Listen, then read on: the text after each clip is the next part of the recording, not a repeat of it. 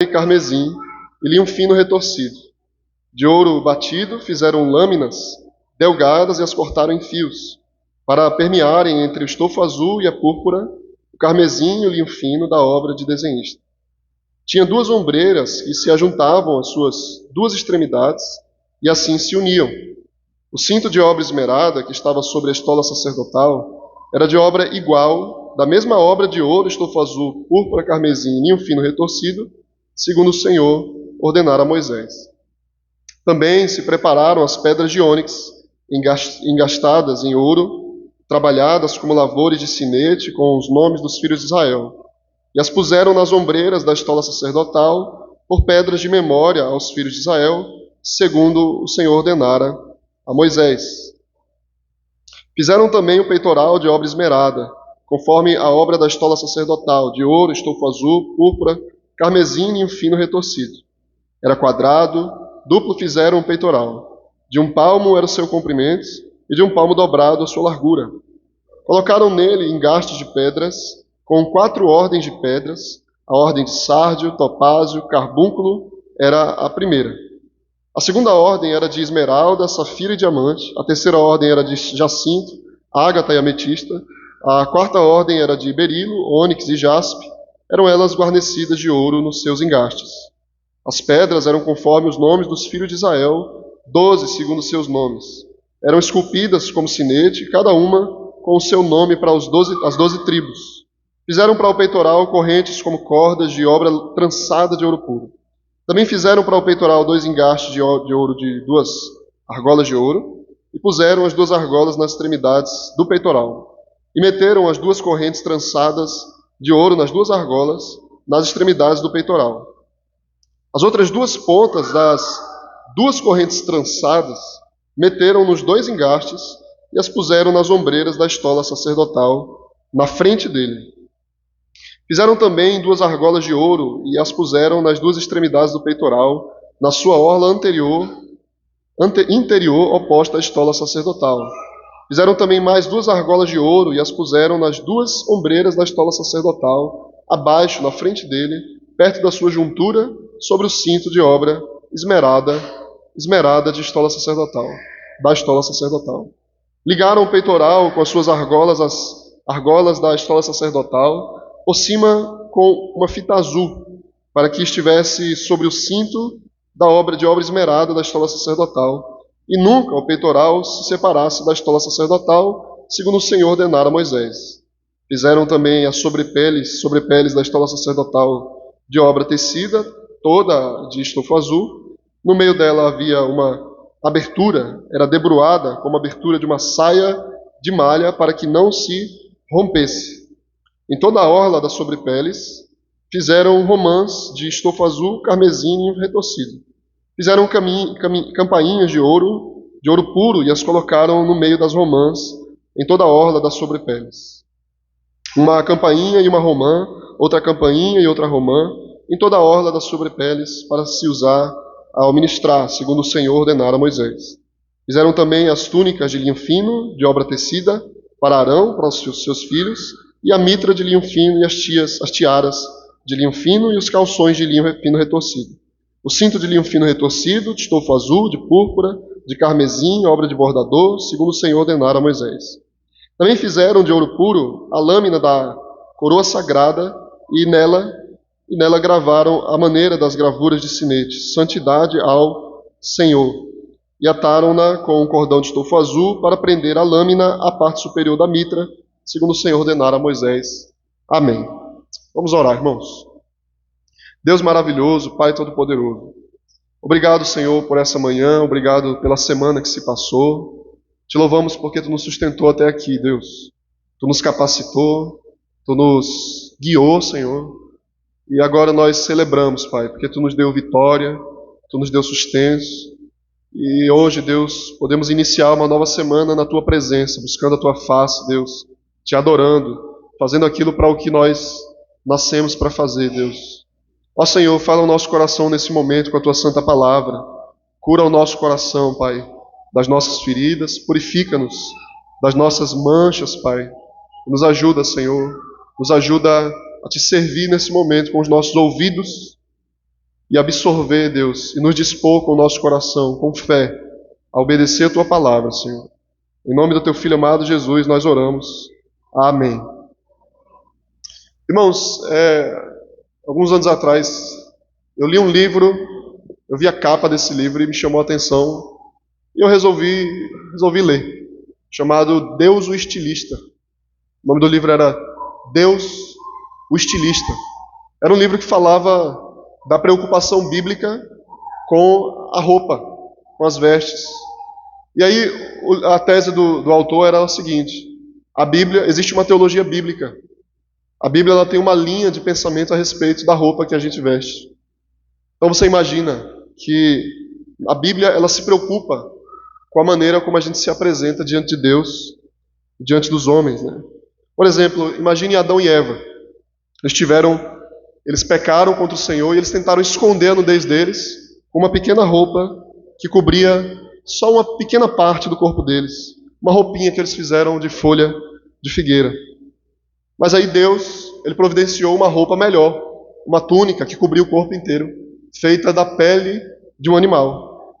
Foi isso que Deus fez para Adão e Eva. Imagine Jacó, que ordenou que a sua família todinha lançasse fora os seus ídolos e lavasse, limpasse, mudasse as suas vestes para se apresentar diante do Senhor em Betel. Imagine quando o Senhor ordenou ao povo de Israel que lavassem as suas vestes, porque Deus ia aparecer no Monte Sinai diante do povo e eles tinham que estar com sua roupa, apresentavam diante do Senhor. Ou no Novo Testamento, a ênfase dada pelo apóstolo Paulo de que a gente precisa se despojar do nosso velho homem, ou seja, tirar a nossa velha roupa e nos revestir de um novo homem, nos vestir da justiça de Cristo. E é assim que nós seremos vitoriosos, segundo o apóstolo João, no livro de Apocalipse, que diz que os justos que se apresentam diante de Deus no final dos tempos, eles estão vestidos de linho finíssimo, resplandecente e puro, de vestes brancas alvejadas no sangue do Cordeiro. E ele diz assim: pois esse linho finíssimo são os atos de justiça dos santos. Então a Bíblia ela se preocupa com essa imagem, mas não à toa, não é uma preocupação da moda bíblica. Não é que a gente vai desenvolver uma tendência, uma moda gospel, né? como tem se desenvolvido de vestimenta específica para o crente. É claro que existe um modo de se vestir adequado, que não transpareça sensualidade, mas que traga a imagem da modéstia. Mas a preocupação ela é ainda mais profunda, porque Deus ele usa essa imagem da roupa para descrever a ação dele sobre a vida do ser humano. Aí aqui agora nesse capítulo a gente vai ver exatamente as roupas de Arão, o guarda-roupa de Arão, né? A gente vai compreender um pouco melhor a preocupação que a Bíblia tinha com a roupa do sumo sacerdote.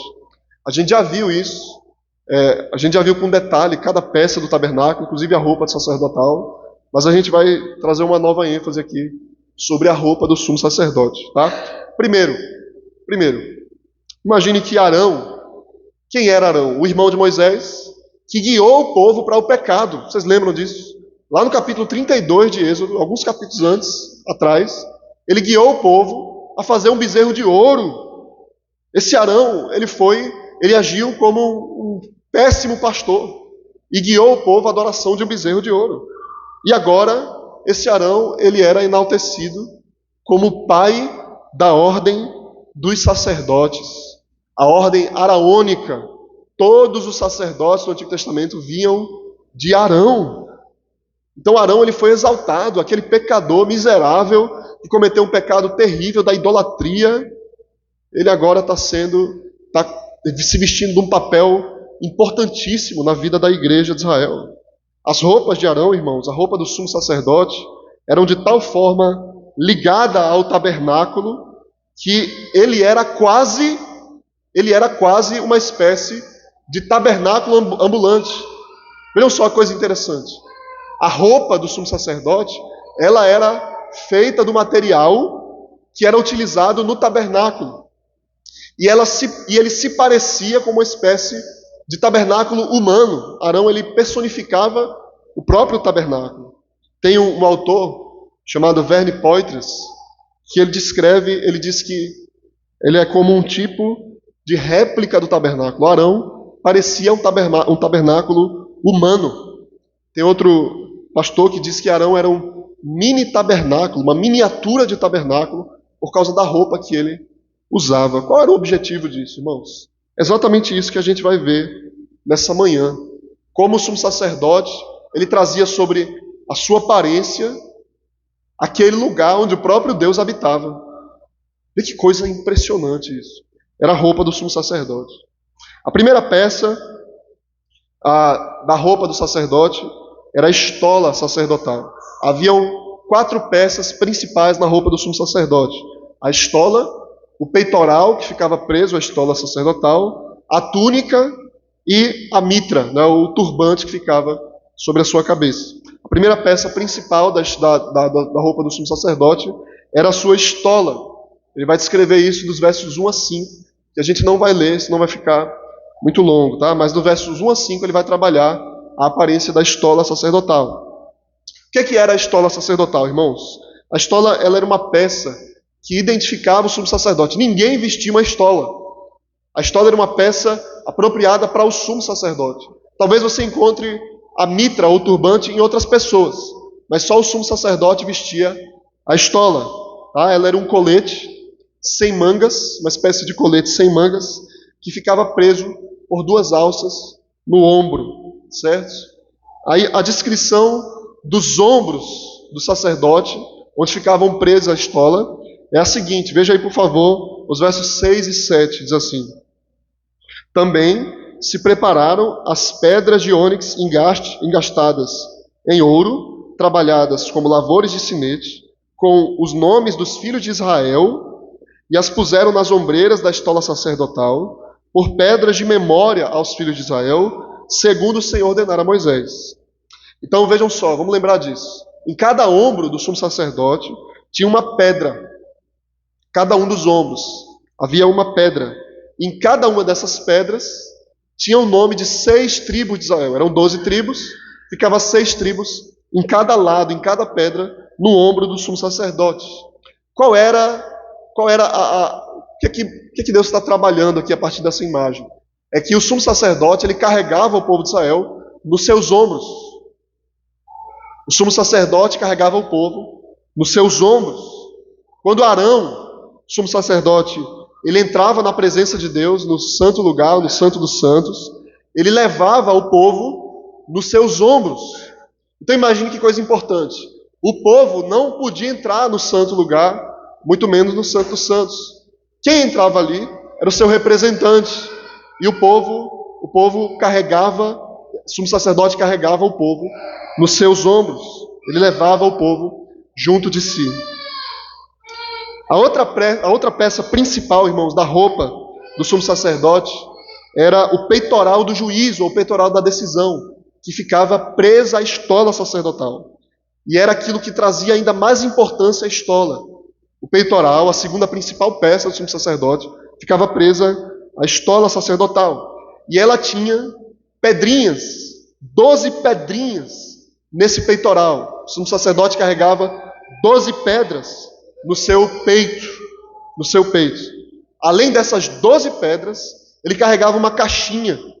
E nessa caixinha existiam algumas outras pedrinhas, aí não sabe quantas, o que era exatamente, chamado Urim e Tumim. E isso vai estar descrito ali dos versos 8 a 14. Esse peitoral, irmãos, que o sumo sacerdote carregava, ele também era uma representação do povo de Israel. Cada uma dessas 12 pedras no peitoral representava uma tribo de Israel. Então, eram cravadas nesse peitoral 12 pedras preciosas. O que significa isso? Que o sumo sacerdote não carregava o povo apenas nos seus ombros, mas carregava o povo próximo ao seu coração. Isso quer dizer que o sumo sacerdote carregava o povo com empatia, com amor, com compaixão. Então, o ministério do sumo sacerdote, irmãos, ele tinha uma relação espiritual de sustento. Ele sustentava o povo com os seus ombros, significa apoio, e com o seu coração, significa empatia, significa compaixão, amor. Em seguida, vinha a terceira peça do sumo sacerdote, a terceira peça principal, que era a túnica do sumo sacerdote, que era também chamada de sobrepelis. Era um longo manto azul que ele carregava e até embaixo as suas pernas. Era uma peça, ela está descrita ali do verso 22 a 26. Era uma peça única, ela não tinha nenhuma divisão, uma peça simples, sem divisão, provavelmente refletindo a integridade do sumo sacerdote, a sua integridade. Lá na base da peça, lá nos seus pés, ele tinha pendurado campainhas e romãs. Ele tinha sinetes, ou campainhas e romãs. Eram frutas e campainhas que ficavam presas à sua túnica. O que é que representam esses sinos, essas campainhas? Essas campainhas eram para que o sacerdote não morresse. Lá em Êxodo 28 diz que se ele não colocasse a campainha, ele ia morrer. Se o sumo sacerdote entrasse impuro no Santo dos Santos, ele ia morrer lá dentro. Se ele morresse e a campainha parasse de tocar quando ele estava andando lá dentro, ele era puxado lá de dentro com uma corda. E as romãs? O que representam as romãs presas na base da túnica? Representa frutificação. Representam os frutos do sumo sacerdote. Isso é a representação da sua roupa. Além dessas roupas, essas três peças principais, irmãos, ele ainda carregava uma mitra, um turbante, sobre a cabeça. Está descrito ali dos versos 27 a 31, além de muitos outros acessórios, como o calção e a cinta. Certo? Toda essa roupa, irmãos, extraordinária de Arão, ela representava três coisas: santidade, glória e beleza. A roupa do sumo sacerdote era uma roupa única, peculiar, que representava a santidade de Deus, a glória de Deus e a beleza de Deus. E além disso, lá no Salmo 132, verso 9, diz que o sumo sacerdote se vestia de justiça. Ou seja, essa roupa também refletia justiça. Mas tudo isso, irmãos, era apenas uma sombra, era um tipo, era uma glória passageira, uma coisa que ia passar, uma roupa que ia rasgar, que ia se decompor. Como aquela luz no rosto de Moisés que se desvanecia, que ia embora, assim era o sumo sacerdote. Por quê? Porque os sacerdotes, por mais crentes que eles fossem, por mais velhos que eles fossem, por mais íntegros que eles fossem, eles iam morrer e eles iam pecar. Todos eles iriam passar. O povo assim, irmãos, eles precisavam de um sacerdote melhor. O próprio sumo sacerdote tinha esperança de que viesse alguém melhor do que ele próprio. Como o próprio Moisés disse: eu sou profeta, mas virá um profeta maior do que eu, a ele ouvir. Então aqueles sacerdotes todos passaram, eles morreram. Arão morreu, Arão pecou terrivelmente. Eles precisavam de alguém melhor, muito melhor. Para que vocês compreendam melhor a importância de Jesus Cristo, eu quero que você abra sua Bíblia na carta aos Hebreus, lá no Novo Testamento. E a gente vai ler uma série de versículos. A partir do capítulo 4, verso 14. Abra sua Bíblia em Hebreus, capítulo 4, verso 14.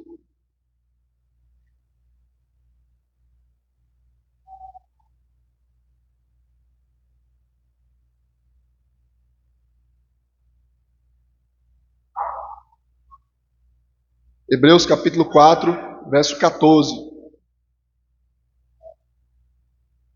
Diz assim, irmãos, a palavra de Deus: tendo, pois, a Jesus, o Filho de Deus, como grande sumo sacerdote que penetrou os céus, conservemos firme a nossa confissão. Abra no capítulo 10, verso 21. Capítulo 10, verso 21. Diz assim: E tendo grande sacerdote sobre a casa de Deus. E tendo grande sacerdote sobre a casa de Deus, se referindo a Jesus Cristo. Não feche ainda a carta aos Hebreus. A gente vai abrir alguns outros versículos. Mas entenda, não existe ninguém melhor do que Jesus. Ninguém melhor do que Ele. Ele é o perfeito sumo sacerdote de nossas vidas. Por quê, irmãos? É isso que a gente vai trabalhar a partir de agora. Primeiro, por que é que Jesus é um sumo sacerdote infinitamente melhor? Primeiro, porque Ele ministra em um lugar melhor do que o próprio tabernáculo do Antigo Testamento. Ele ministra acima do sumo sacerdote, acima do tabernáculo, porque Ele é o próprio Criador do céu e da terra. Vejam capítulo 8, verso 1 e 2, por favor. Capítulo 8, verso 1 e 2.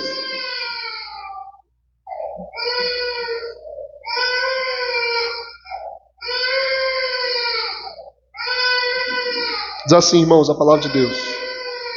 O essencial das coisas que temos dito é que possuímos tal sumo sacerdote, que se assentou à destra do trono da majestade dos céus, como ministro do santuário do verdadeiro tabernáculo que o Senhor erigiu, não o homem. Ele se assenta em um lugar superior ao tabernáculo do Antigo Testamento. Capítulo 9, verso 24. Passe uma página, diz assim: porque Cristo não entrou em santuário feito por mãos humanas, figura do verdadeiro, porém no mesmo céu, para comparecer agora por nós diante de Deus. Não no tabernáculo feito por mãos humanas, mas no céu. Então, Jesus Cristo ele é melhor porque Ele habita em um lugar melhor. Mas não só isso. Jesus Cristo ele é melhor porque Ele ministra com uma justiça melhor. Abra a sua Bíblia em Hebreus 7, 26 a 28, por favor. 26 a 28, diz assim: com efeito, nos convinha um sumo sacerdote como este, santo, inculpável, sem mácula, separado dos pecadores, feito mais alto do que os céus, que não tem necessidade, como sumos sacerdotes, de oferecer todos os dias sacrifícios, primeiro pelos seus próprios pecados e depois pelo do povo, porque fez isso uma vez por todas, quando a si mesmo se ofereceu. Porque a lei constitui sumo sacerdote a homens sujeitos à fraqueza, mas a palavra dos juramentos, que foi posterior à lei, constitui o Filho, perfeito para sempre.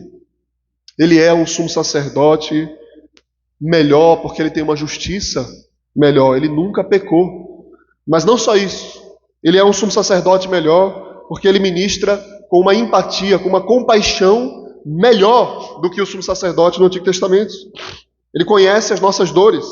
Ele conhece as nossas necessidades melhor do que a gente mesmo. E ele carrega a gente no ombro e no coração. Abra agora no capítulo 4, verso 15 a 16 de Hebreus. Hebreus 4, versos 15 a 16. Porque não temos sumo sacerdote que não possa compadecer-se de nossas fraquezas. Antes foi ele tentado em todas as coisas à nossa semelhança, mas sem pecado. Acheguemo-nos, portanto, confiadamente, junto ao trono da graça, a fim de recebermos misericórdia e acharmos graça para socorro em ocasião oportuna. Ele passou, irmãos, ele passou por tudo o que nós passamos e nunca pecou. Por isso ele é capaz de nos socorrer. Ele nunca pecou e ele passou por tudo o que nós passamos. Então Jesus ele é melhor, sumo sacerdote, porque ele ministra num lugar melhor, com uma justiça melhor e com uma compaixão melhor. Mas não só isso. Ele é melhor também porque ele tem um tempo superior. Ele dura mais. Ele dura para sempre. Ele nunca vai morrer. Ele morreu uma única vez, derrotou a morte, ressurgiu dos mortos, para não morrer jamais. E ele permanecerá para sempre, porque ele venceu a morte. Eu quero que você abra, por favor, no capítulo 7, versos 23 a 25. Diz assim: ora, aqueles são feitos sacerdote em maior número, porque são impedidos pela morte de continuar. Este, no entanto, porque continua para sempre, tem o seu sacerdócio imutável. Por isso também pode salvar totalmente os que por ele se chegam a Deus, vivendo sempre para interceder por eles. Então, ele tem um tempo melhor, porque ele dura para sempre, para sempre. Mas não apenas isso. Ele ainda é melhor, porque ele tem um sacrifício melhor. Jesus Cristo tem um sacrifício melhor. O sumo sacerdote no Antigo Testamento, eles ofereciam animais. Eles ofereciam touros e ovelhas e cabritos e bodes, que por mais puros que eles fossem, sem defeitos, eles eram animais. Eles eram animais. Eles não podiam trazer perfeita expiação pelo pecado.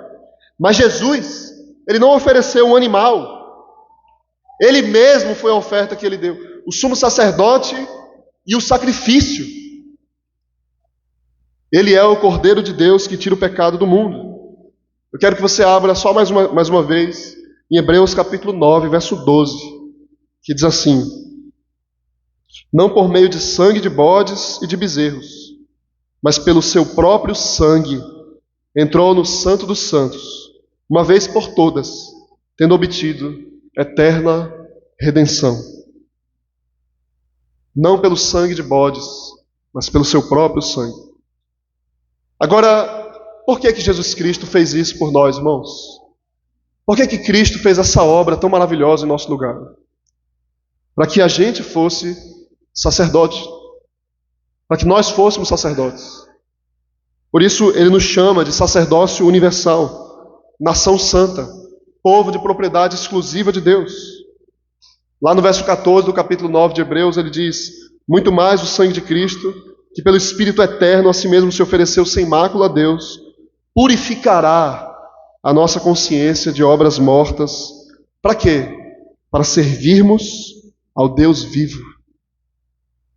Ele se ofereceu para nos purificar, para servirmos ao Deus vivo. Ele se fez sumo sacerdote para que nós fôssemos sacerdotes. Veja só, ele fez tudo o que ele fez para que a gente o sirva. Como é que a gente serve ao Senhor como sacerdote, então? Qual é a nossa grande missão nesse mundo? Qual é o nosso grande papel? Qual é a sua grande missão, a sua grande função? Primeiro, como sacerdotes de Cristo, você deve adentrar o tabernáculo. Você deve participar do culto ativamente e prestar sacrifício ao Senhor e oferecer a Ele a sua adoração no serviço público a Deus. O culto público é literalmente um serviço. Você não precisa ter um ofício na igreja. Você precisa cultuar ao Senhor com fidelidade. Praticar cada ato de culto, cada parte desse culto, com zelo e fidelidade. Com zelo e fidelidade. Cantar, orar, ouvir a palavra de Deus, ler a palavra de Deus, participar do sacramento, com santo temor e fidelidade, como se você estivesse se oferecendo ao Senhor como sacrifício. Porque o apóstolo Paulo já disse: eu rogo-vos, irmãos, pelas misericórdias de Deus, que ofereceis o vosso corpo como sacrifício vivo, santo e agradável a Deus, que é o vosso culto racional. Mas a gente deve também, irmãos, servir ao Senhor como sacerdote, testemunhando das grandezas de Deus, das maravilhas de Deus aos outros. Então, se você é crente, você foi chamado para a honra do Senhor, para revelar, manifestar quem Ele é, e se vestir de santidade, glória, beleza e justiça. E as pessoas devem olhar e ouvir de você quem Deus é. Então imagine que você está andando pela rua e elas veem uma pessoa vestida de maneira estranha, peculiar, vestida da justiça de Cristo. E assim que você vai servir ao Senhor como sacerdote, com essa roupa exclusiva, a justiça de Jesus Cristo. Você vai testemunhar da sua grandeza, falando de Cristo aos outros, como fez a mulher samaritana, testemunhando da grandeza dele e da sua própria vida, que ele fez na cruz. Então, você é sacerdote do Senhor, servindo ao Senhor no culto. Você é sacerdote do Senhor, falando das grandezas desse Deus maravilhoso. E você é sacerdote do Senhor, orando, intercedendo pela igreja do Senhor. Porque o sacerdote, ele fazia isso.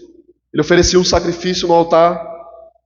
Então ele se purificava e ele adentrava o Santo dos Santos. E ele ia lá para interceder pelo povo. Ele acendia o incenso E aquele incenso, a sua fumaça subia com uma oração de intercessão ao Deus eterno que recebia aquelas orações e favorecia o povo. O que é que Jesus Cristo, nosso sumo sacerdote, ele está fazendo agora? Depois de oferecer sacrifício por nós, ele adentrou o santo lugar, o santo dos santos, e ele foi oferecer, ele foi apresentar esse sacrifício diante do Senhor com intercessão. Ele intercede por nós hoje. Ele ora por você, crente. Você deve orar pelo povo de Deus. É assim que você é sacerdote do Senhor. Para tudo isso, irmãos, Deus Ele exige santidade de nós. Para que você cumpra essa missão, Deus exige santidade.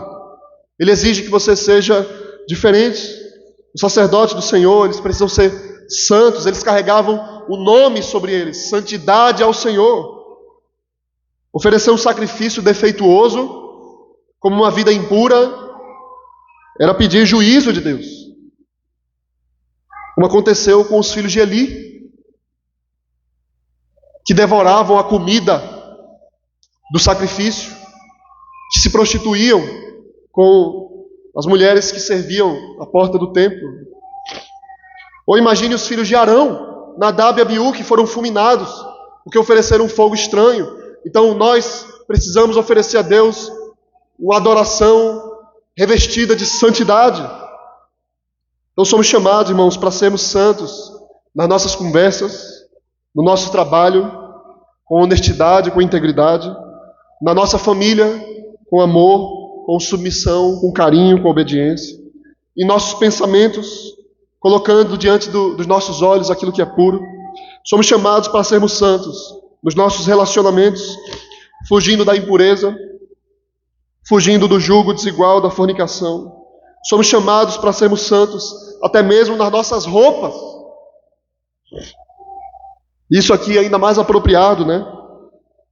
Fugindo da vulgaridade, da sensualidade, não segundo a tendência da moda desse mundo, de usar cada vez menos roupas. Essa não é a tese bíblica a respeito da roupa do crente. A tese desse mundo, a tendência desse mundo é mostrar cada vez mais a sua nudez. Não devemos ser legalistas, é claro, né? Determinando uma roupa específica, autorizada pela igreja. Mas a gente também deve fugir da licenciosidade, da sensualidade, e se vestir com modéstia. Essa é a orientação bíblica, irmãos. Então, como a gente tem se vestido? O que as pessoas têm visto que elas não deveriam ver em você? A gente não tem uma lei específica sobre roupa hoje, mas nós somos norteados por princípios bíblicos. Que princípios são esses? Decência e ordem, modéstia cristã, bom senso. A gente deve ter educação e inteligência para respeitar as ocasiões. A gente deve ter fidelidade para honrar o nosso cônjuge, porque o nosso corpo pertence a ele ou a ela, e é ele ou ela que deve ver o nosso corpo, como diz 1 Coríntios capítulo 7. Então as mulheres e os homens devem ter vergonha, bom senso, modéstia, e se cobrir de acordo com os princípios bíblicos. Porque a beleza importa, a sensualidade é feia. Só veja o que está acontecendo na internet, o que é a moda desse mundo, o que é as músicas desse mundo, as danças desse mundo. Isso é feio, é uma feiura, é uma coisa que denigre a imagem do ser humano, que desvaloriza. Você imagina o feminismo, né, lutando pela mulher e objetificando a mulher. A mulher, ela manifesta a sua nudez e ela é vista como objeto totalmente sexualizada. Isso é uma luta em favor da mulher. Está destruindo a mulher, é uma coisa feia, uma coisa horrenda.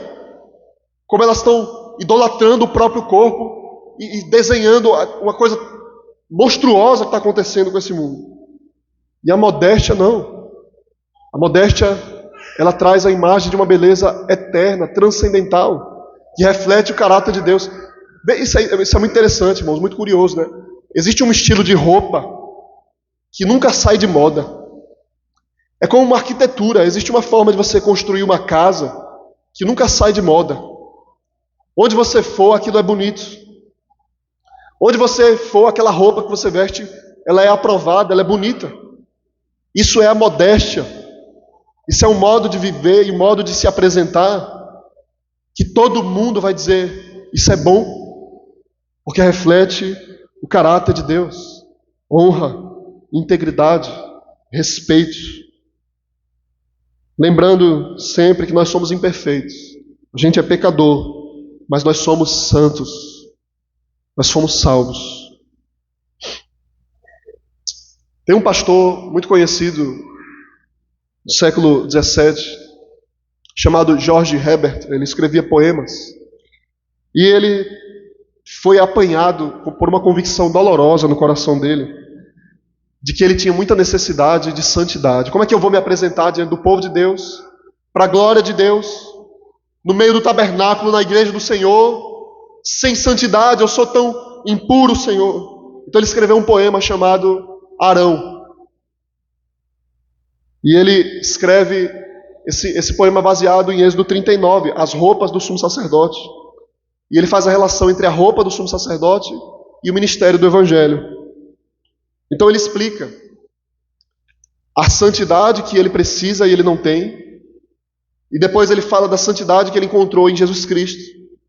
E depois ele termina falando que ele se vestiu dessa santidade. Ele agora pode se apresentar. E eu quero terminar lendo esse poema para vocês. Diz assim: santidade na cabeça, luz e perfeições no peito, campainhas harmoniosas no fundo, ressuscitando os mortos para levá-los para a vida e o descanso. Assim estão vestidos os verdadeiros Arões. Profanidade na minha cabeça, defeitos e escuridão no meu peito, o ruído de paixões anunciando a minha morte, no lugar onde o descanso não há. Pobre sacerdote, assim eu sou, assim eu estou vestido. Eu tenho apenas outra cabeça, outro coração, outro peito, outra música que vivifica e não mata, sem a qual eu não teria descanso. Nele eu sou vestido. Cristo é a minha única cabeça, o meu único coração, o meu único peito, a minha única música que me toca mesmo morto, para que descanse do velho homem e nele me vista com o novo. Assim, santo em minha cabeça, perfeito e claro em meu amado peito, minha doutrina afinada por Cristo, que não está morto, mas vive em mim enquanto descanso. Povo, vem, Arão está vestido. Arão está vestido. Então a justiça de Cristo é a única esperança dos sacerdotes. E só assim ele pode se apresentar diante de Deus e diante do povo. Assim, irmãos, nós devemos nos vestir de Cristo uma vez por todas as manhãs. E toda a nossa vida deve refletir quem Ele é. Como disse o apóstolo Paulo, os revistais do novo homem, criado segundo Deus, em justiça e retidão procedentes da verdade. Amém. Que Deus nos abençoe, nos ajude a nos apresentarmos diante do Senhor, diante do seu povo. Vamos orar, vamos colocar de pé, orar, e em seguida a gente vai louvar a esse Deus maravilhoso. Oremos.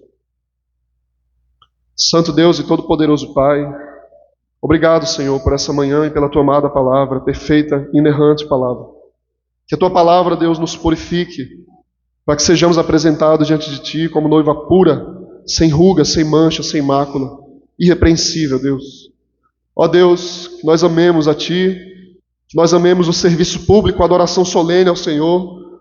Ó Senhor, que a gente se apresente diante de ti todas as manhãs, para que possamos nos apresentar diante dos homens e te honrar, Senhor, onde quer que nós formos. Recebe a adoração do teu povo, recebe os cânticos espirituais do teu povo como sacrifício dos nossos lábios. Em nome do teu Filho amado Jesus. Amém. Louvemos ao Senhor, irmãos.